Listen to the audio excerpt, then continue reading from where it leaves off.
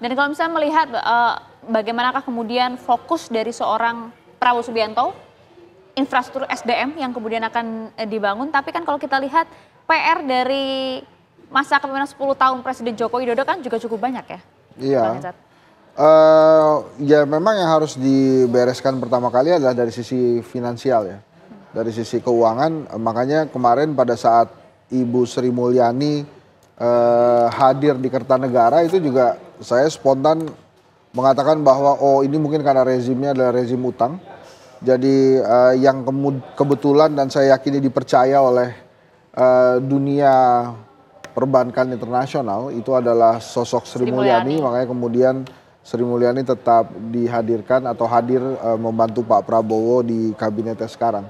Jadi memang tantangan utamanya adalah itu dan baru kemudian banyak hal ya termasuk juga tantangan dari sisi demokrasi dan tentu saja bagaimana pemberantasan korupsi dan generasi muda kita yang memang harus disiapkan. Ini kan dengan adanya AI, teknologi yang serba mudah, kemudian beberapa teknologi penunjang yang memang sangat mempermudah generasi muda ini, jangan sampai kemudian mereka ini kehilangan semangat untuk bekerja secara atau bergerak secara fisik ya, sehingga Indonesia Emas ini juga bisa tercapai. Karena kalau kemudian terlalu mengandalkan teknologi, apalagi terlalu mengandalkan artificial, nanti mereka terbiasa untuk menghalangi kenyataan untuk tampil gitu, karena terlalu terbiasa dengan hal-hal yang bersifat artificial. Yang menarik nih, saya melanjutkan sedikit ya. Tekanan fiskal kan besar sekali ya. Saya bukan ekonom, tetapi sering diundang acara-acara bisnis community. Bayangkan, ke depan anggaran buat program makan bergizi gratis berapa triliun. Kemudian penguatan sektor pertahanan, penguatan sektor pertanian. Nah sementara pendapatan negara, kalau ekonomi mengalami penurunan, itu kan pajak turun. Nah per 1 Januari 2025, konon direncanakan kenaikan PPN 12%. Nah kemudian dari mana lagi untuk mengatasi beban fiskal ini? Di tengah banyak sekali program ambisius yang ada di mejanya Pak Prabowo. Bisa satu, pengurangan subsidi BBM. Tapi kalau itu dilakukan, lagi-lagi tidak populer. Menurunkan bulan madu politik ya, yang sekarang sedang dia nikmati ya. Utang, mungkin utang ya, yang bisa dilirik ya. Tetapi sampai batas mana kalau utang terlalu banyak, kemudian alokasi yang tersedia untuk pembangunan kan jadi berkurang karena banyak harus untuk membayar bunga misalnya. Jadi memang ini berat ini situasi sekarang. Makanya saya cukup keras ya mengkritik pemilihan anggota kabinet ke depan kalau tidak sesuai dengan narasi bahwa ke depan berat. Betul. Narasinya harus berat, hati-hati betul itu. Tetapi orang yang dipilih tidak sesuai kan malah menimbulkan pertanyaan. Itu yang kemudian audisi yang sedang digelar oleh Presiden Prabowo Subianto itu mungkin salah satu faktornya. Lagi nih. Karena kalau kita lihat Bang Hensat, udah datang nih Pak Jokowi ya. Presiden Joko Widodo sudah memasuki di area gedung DPR MPR RI dan sesaat lagi akan turun begitu ya untuk segera memasuki gedung. Ya, kalau kita lihat tadi Presiden Joko Widodo kan berangkat dari Istana Negara Jakarta bersama dengan keluarga ya, Philip ya. Nah, ini kendaraan yang ditumpangi oleh Presiden Joko Widodo telah berhenti dan juga tiba tepat di depan gedung DPR MPR RI dan nampaknya akan langsung disambut oleh Presiden terpilih Prabowo Subianto. Dan sesuai prediksi Bang Hensa juga, Gibran juga ikut hadir menyambut kedatangan dari sudah dipanggil Jokowi ya. Kayaknya nonton Bang Hensat tadi ini ya, protokol MPR nonton Bang Hensat tadi. Dipanggil pakai HT ya. Ini bagaimana kemudian Ibu Iriana dan juga Presiden Joko Widodo disambut langsung oleh Prabowo Subianto. Nah ini coba nih Bang, kalau kita membaca ya bagaimanakah kemudian suasana kebatinan dari seorang Ibu Iriana dan juga Joko Widodo seperti apa? Yang memang kalau lihat dari keberangkatannya, dari senyumannya juga seperti sudah tidak ada beban begitu ya pada hari ini jelang pergantian. Nggak ada beban lah, kan oke lah ya buat Pak Jokowi, Ibu Iriana gitu ya. Hari ini kan pasti juga beliau ingat 10 tahun yang lalu pada saat hadir sebagai presiden terpilih. Nah sekarang mereka hadir untuk menyerahkan tongkat kepemimpinan disambut oleh Ananda tuh ya, Mas Gibran gitu, pasti sumringah lah. Gitu. Jadi. Dan nampak lebar tadi kalau kita lihat senyum dari Ibu Iriana begitu ya. Yang kemudian bersama langsung dengan Ketua MPR RI Ahmad Muzani beserta istri dan juga kemudian Wakil Presiden terpilih Gibran Rakabuming Raka selaku anak dan juga mantunya ya. Mas Didit aja cium tangan tuh. Mas Gibran enggak.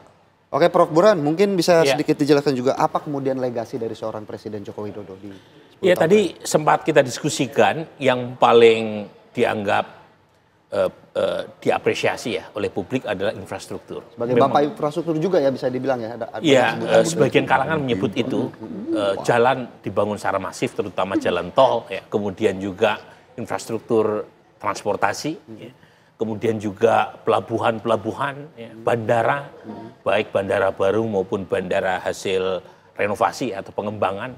Jadi cukup masif. Termasuk yang menurut saya perlu diapresiasi adalah orientasi beliau yang mengubah dari Jawa sentris ke Indonesia sentris.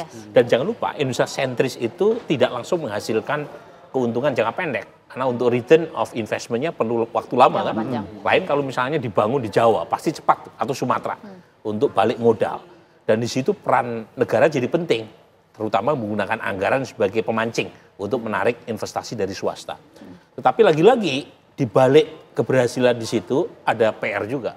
Demokrasi kita merosot, ya, indeks korupsi kita kembali ke awal waktu beliau menjadi presiden pertama kali 2014. Waktu itu skor ICP kita, Index Corruption Perception itu 34. 2019 sempat naik ke angka 40, sekarang kembali ke 34. Artinya berjalan di tempat ya. Jadi dua hal ini saya kira yang menurut saya itu harus jadi catatan presiden dan wakil presiden terpilih. Soal apakah kita yakin atau tidak mereka mampu untuk mengatasi dua kelemahan ini. Tapi setidaknya ini dua PR yang menurut saya perlu untuk diatasi supaya apa yang kita alami belakangan itu bisa diperbaiki. Karena demokrasi bagaimanapun penting, kalau misalnya presiden terpilih tidak mendapatkan koreksi kebijakan, alternatif kebijakan, kritik kebijakan, itu yang terjadi juga akan yes man kan. Dan nggak bagus juga buat Pak Prabowo. Jadi perlu mendengar suara publik dari berbagai macam penjuru supaya kualitas kebijakan yang dieksekusi itu lebih baik. Nah kemarin penerima Nobel Ekonomi itu menyampaikan bahwa kurang lebihnya ya kondisi negara-negara dunia hari ini sangat terpengaruh dari zaman kolonialismenya. Jadi ya dibagi dua tuh sama dia. Kalau yang pertama adalah jenis kolonialisme yang inklusif. Jadi si penjajah itu mendiami negara itu, membangun sistem pemerintahannya, membangun sistem demokrasinya, membangun sistem ekonominya. Sehingga si negara yang dijajah itu mirip-mirip kondisi pemerintahan dan ekonomi seperti dengan negara yang menjajah. Ini mungkin kaitannya dengan beberapa negara yang menjadi jajahan Inggris misalnya. Tapi kemudian yang kedua adalah negara yang kolonialnya itu sifatnya adalah ekstraktif. Jadi dia mengeruk sumber daya alam yang ada di negara itu kemudian dibawa ke negara asalnya atau negara si penjajahnya. Nah ini tantangan Pak Prabowo adalah bagaimana kondisi ekstraktif ini tidak terus-menerus terjadi di Indonesia dan justru bisa memperkuat ekonomi di Indonesia. Indonesia itu mendapatkan keuntungan dengan tanah yang subur, sumber daya alamnya besar, dan harusnya kalau memang itu dikelola dengan baik, saya rasa akan bisa mengatasi persoalan ekonomi dan keuangan yang menimpa Indonesia saat ini.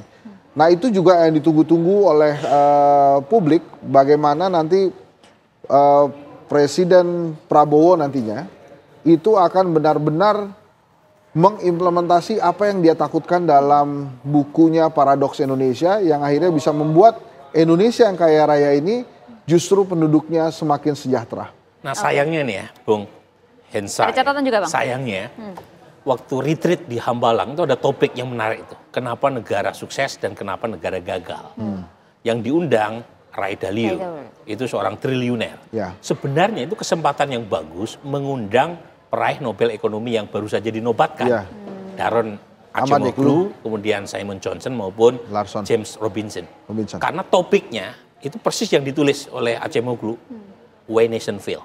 Kenapa? Persis yang tadi disampaikan oleh Bung Hensa, yaitu berkaitan dengan apakah negara yang sukses itu mampu membangun institusi yang inklusif ataukah yang ekstraktif.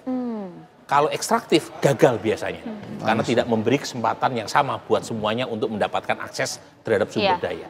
Oke, pemirsa, ini nampak sudah ada sejumlah tokoh yang sudah hadir lengkap di sana, bahkan ada Anies Baswedan dan juga kemudian keluarga serta presiden dan juga wakil presiden terdahulu juga sudah hadir. Kami akan lanjutkan program Prabowo Gibran di Istana saat lagi untuk Anda. Usai jeda.